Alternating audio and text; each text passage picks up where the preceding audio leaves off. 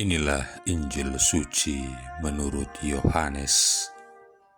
Sekali peristiwa, Yesus berkata kepada orang-orang Yahudi, "Aku berkata kepadamu, sesungguhnya, barang siapa menuruti firman-Ku, ia tidak akan mengalami maut sampai selama-lamanya."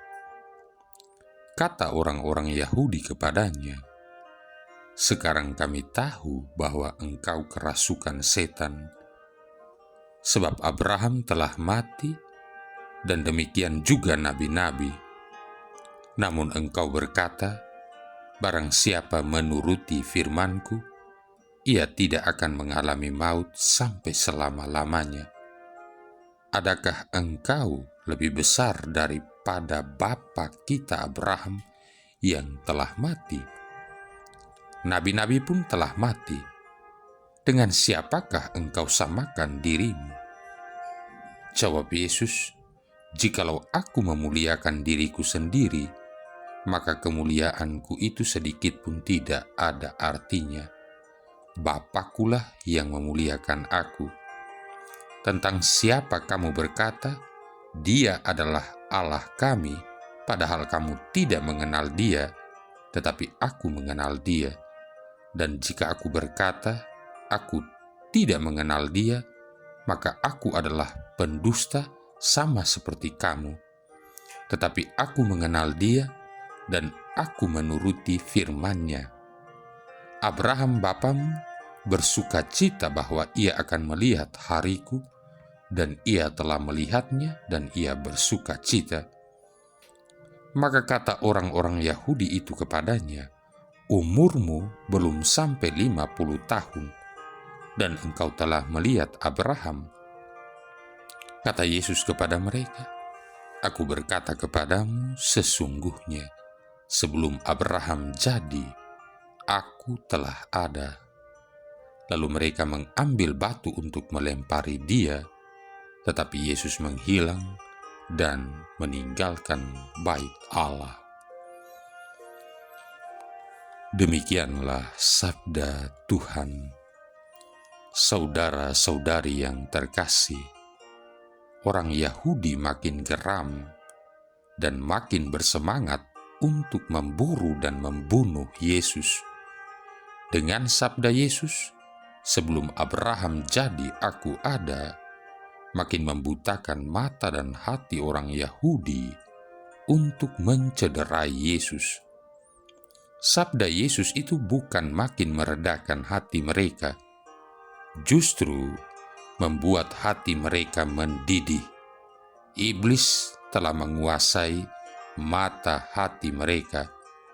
Semua itu berpangkal pada kesombongan orang Yahudi, khususnya orang Farisi dan ahli Taurat, yang merasa diri mereka yang paling benar. Jadi pernyataan Yesus, "Sebelum Abraham jadi, aku sudah ada," makin membuat mereka kalap untuk secepatnya menyudahi hidup Yesus. Mereka itu sangat merendahkan derajat dan martabat Yesus yang adalah anak tukang kayu dari Nazaret. Bagaimana mungkin ia berani mengatakan, "Sebelum Abraham jadi, aku ada"? Dia saja belum berumur 50 tahun, bagaimana mungkin dia sudah ada sebelum Abraham? Barangkali juga hati mereka mengatakan bahwa Yesus sudah tidak waras. Inilah gambaran orang Yahudi, khususnya orang Farisi dan ahli Taurat, yang beranggapan bahwa Yesus memporak-porandakan hukum Taurat. Oleh karena itu, menghabisi Yesus adalah salah satu cara bagaimana agar eksistensi mereka sebagai orang pilihan Allah tetap eksis. Mereka lupa membaca kitab suci dengan baik. Mereka membaca kitab suci hanya untuk kepentingan mereka sendiri. Dengan demikian, orang-orang yang berseberangan dengan mereka, termasuk Yesus, harus dihabisi. Mereka selalu merendahkan orang lain. Saudara-saudari yang terkasih, merendahkan orang lain menghakimi orang lain sebagaimana yang dilakukan oleh orang-orang Farisi dan ahli-ahli Taurat merupakan bentuk kesombongan. Orang Yahudi telah dikuasai iblis yang lebih mengedepankan hawa nafsu. Tentu saja hawa nafsu itu dapat menghalangi rahmat yang seharusnya diterima oleh manusia. Kesombongan berpangkal dari hawa nafsu. Sebaliknya, kerendahan hati adalah lawan dari kesombongan. Kecenderungan orang yang sombong biasanya karena ingin disanjung, gila hormat, dan ingin dihargai secara berlebihan. Sebaliknya, Yesus adalah sosok yang menghayati sikapnya yang selalu rendah hati. Ia tidak menuntut untuk dihormati. Sekiranya orang tidak menghormati atau menghargai dirinya, Yesus juga tidak membalas merendahkan mereka. Pernyataan Yesus bahwa sebelum Abraham jadi, Aku ada, membuktikan bahwa Yesus itu adalah Allah yang mau merendahkan diri seperti manusia biasa. Dengan demikian pula, kealahan Yesus tidak terbatas pada ruang dan waktu. Sebagai manusia biasa, ia rela tidak dihargai, rela dicaci maki dan dicemoohkan. Ia datang ke dunia untuk memberikan contoh hidup yang benar. Ia memberikan tuntunan moral dan spiritualitas kehidupan. Ia sangat jauh dengan semangat duniawi. Sikapnya yang rendah hati tidak memusuhi orang yang berseberangan dengannya, tidak selaras dengan kehidupan duniawi. Bagi mereka, Yesus adalah sosok yang sangat kontroversial. Saudara-saudari yang terkasih, kita semua tidak akan mengerti sosok Yesus dengan baik kalau kita juga tidak membuka hati untuk Yesus. Lagi-lagi saya mengulangi sabda Yesus dalam Wahyu bab 3 ayat 20. Lihatlah, aku berdiri di muka pintu dan mengetuk. Kalau ada yang mendengar suaraku dan membukakan pintu, aku akan masuk mendapatkannya. Aku akan makan bersama dengan dia dan dia bersama dengan aku. Jelas sekali Yesus mengatakan kalau kita membuka hati dan memperbolehkan Yesus masuk, maka dia akan tinggal bersama kita.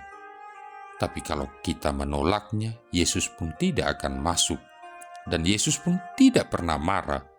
Yesus sebagai Allah sangat menghormati kebebasan manusia untuk memilih. Menerima dia berarti selamat, dan menolak berarti maut, kebinasaan. Sekarang terserah kepada kita, apakah kita mau menerima dia, mendengarkan dia, dan menjalankan perintahnya dalam kehidupan kita sehari-hari. Jadi, pernyataan Yesus, Aku ada sebelum Abraham jadi, adalah kebenaran, bukan omongan orang yang tidak waras. Pekan suci sudah semakin mendekat. Marilah kita mempersiapkan diri dengan baik, agar Yesus juga masuk ke dalam lubuk hati kita, agar kita tidak binasa nantinya. Saudara-saudari yang terkasih, ada sebuah kisah nyata.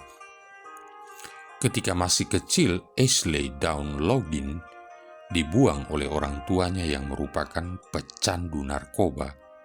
Dia dan kakak laki-lakinya kemudian tinggal dengan neneknya dan hidup dengan pas-pasan. Jangankan memakai pakaian yang layak, untuk mandi saja dia harus berjalan jauh ke taman kota demi mendapatkan air gratis. Penderitaan tersebut semakin bertambah ketika teman-teman di sekolahnya bukannya membantu tapi mengejeknya karena selalu memakai pakaian yang sama saat ke sekolah. Karena hal tersebut, tak jarang dia pulang ke rumah sambil menangis. Melihat kondisi tersebut, salah satu guru yang bernama Robin Putnam tergerak hatinya untuk membantu Ashley. Tak hanya memberikan sejumlah pakaian yang layak, dia juga menyarankan Ashley mengejar pelajaran yang ketinggalan secara online. Ashley juga diberi pekerjaan sebagai petugas kebersihan untuk membantu membiayai kebutuhannya sehari-hari. Sebagai petugas kebersihan, dia harus membersihkan semua ruangan kelas sebelum pelajaran dimulai. Awalnya, Ashley merasa malu menjalani pekerjaan tersebut karena teman-temannya tidak berhenti mengejeknya. Lama-kelamaan dia terbiasa dan tidak terlalu memperdulikan hal tersebut. Setelah ditolong oleh sang guru dan mendapat pekerjaan, kehidupannya menjadi lebih baik dan membuatnya semangat untuk menempuh pendidikan. Ashley tergolong murid yang berprestasi. Buktinya, semua hasil ujiannya mendapatkan nilai A. Dengan nilai memuaskan yang diperolehnya, dia berhasil masuk ke salah satu perguruan tinggi terbaik di dunia, yaitu Universitas Harvard. Di sana, Ashley mendapatkan beasiswa penuh serta tempat tinggal selama menempuh pendidikannya. Saudara-saudari yang terkasih, dari kisah inspiratif kehidupan nyata Ashley ini, kita bisa belajar menjadi pribadi yang rendah hati, meskipun dipandang rendah oleh orang lain. Santo Agustinus pernah berkata, adalah kesombongan yang mengubah malaikat menjadi setan, dan kerendahan hati yang mengubah manusia menjadi malaikat. Kerendahan hati sudah menjadi hal yang jarang dan mahal di dunia, yang diwarnai dengan semangat kompetisi dalam banyak bidang. Setiap orang berusaha menunjukkan kemampuan dirinya secara berlebihan, bahkan dengan menggunakan cara-cara yang tidak halal, seperti mempromosikan diri dengan cara menjatuhkan orang lain. Dengan mudah dapat kita temui ceramah atau motivasi-motivasi yang menekankan pentingnya kepercayaan diri, tetapi begitu sedikit yang mengajarkan tentang nilai yang tersembunyi dalam kerendahan hati.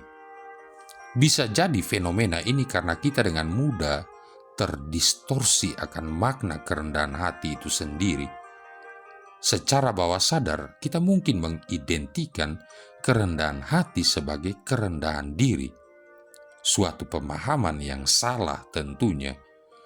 Kerendahan diri bisa diperlawankan sebagai kutub yang berbeda daripada kepercayaan diri. Rendah diri melihat ketidakmampuan diri sebagai penghalang dalam mencapai sesuatu. Rendah diri tumbuh dari gambaran tentang diri yang negatif, memandang diri sebagai yang tidak memiliki potensi bagi sesuatu yang baik dan berguna. Karena itu, rasa rendah diri bisa dianggap sebagai suatu bentuk pelecehan psikologis terhadap diri sendiri, psychological self-abuse. Kerendahan hati tidaklah demikian. Apabila kerendahan diri diperlawankan dengan kepercayaan diri, maka kerendahan hati dapat diperlawankan dengan kesombongan atau kepercayaan diri yang berlebihan. Sebagaimana tercermin dalam kutipan Santo Agustinus tadi, kerendahan hati ditandai dengan kesadaran akan keterbatasan diri, karena itu terbuka bagi sesuatu yang baik yang berasal dari luar dirinya. Yang baik dari luar dipandang sebagai potensi yang dapat melipat gandakan dan memperkaya potensi diri dalam mencapai keberhasilan.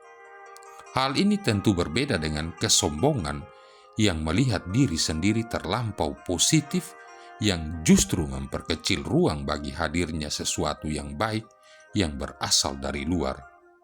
Akibatnya, alih-alih membawa kemajuan dan perbaikan diri, kesombongan justru membuat kita berjalan di tempat, bahkan mundur ke belakang, sebab kita selalu merasa diri benar, meski yang dianggap benar itu pada kenyataannya adalah salah. Kesombongan, pride, adalah cermin dari orang yang terkena I syndrome, sindrom aku, I syndrome.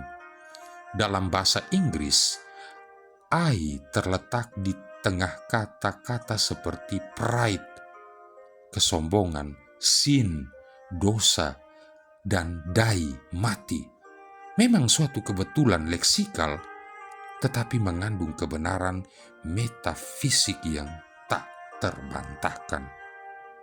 Santo Agustinus ketika ditanya apa syarat agar seseorang dapat maju dalam pengetahuan, ia menyebut 3 hal: rendah hati, dan rendah hati. Marilah berdoa.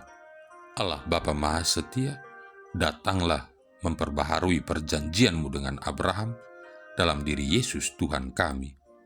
Ajarilah kami dengan rendah hati mengimani Dia, dan perkenankanlah kami memasuki tanah perjanjian dengan pengantaran Yesus Kristus Putra-Mu Tuhan kami, yang bersama dengan Dikau dalam persatuan Roh Kudus hidup dan berkuasa, satu Allah sepanjang segala masa. Tuhan memberkati kita sekalian, Bapa, Putra, dan Roh Kudus.